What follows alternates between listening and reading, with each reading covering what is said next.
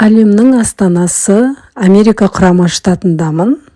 2025 жылы екінші рет келуім. Сәуір айы. Чикаго штатының сұлулығымен, әдемілігімен, бұның мәдениетті халқымен, тұрмыс тіршілігімен өздеріңізбен бөліскім келді. Сондықтан да Чикагоның ең әдемі жерінде серуендеп жүрмін. Бұндай сұлулықты көруді, саяхаттауды, әлемдік деңгейде демалуды әрбір қазағыма бұйыртсын.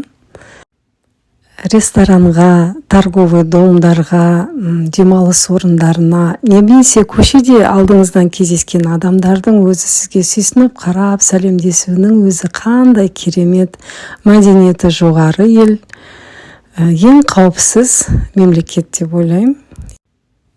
Жұмыспен, жеке шаруалармен қаншама мекемелерге кірдім. Барлық сізді күтіп алған кезде алдындағы барлық жұмысын бұлай сырып қояды да, тек қана сізге ғана құрмет көрсетеді.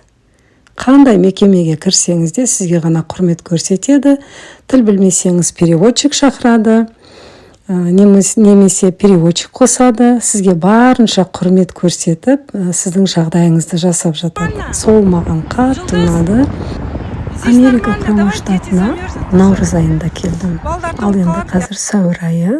Әлі де болса күн жылынған жоқ, сап-салқын.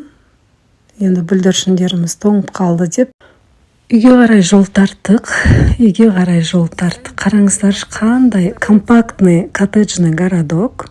Гаражы ең қажетті, өзі күнделікті тұтынатын заттарымен ғана көзге түседі.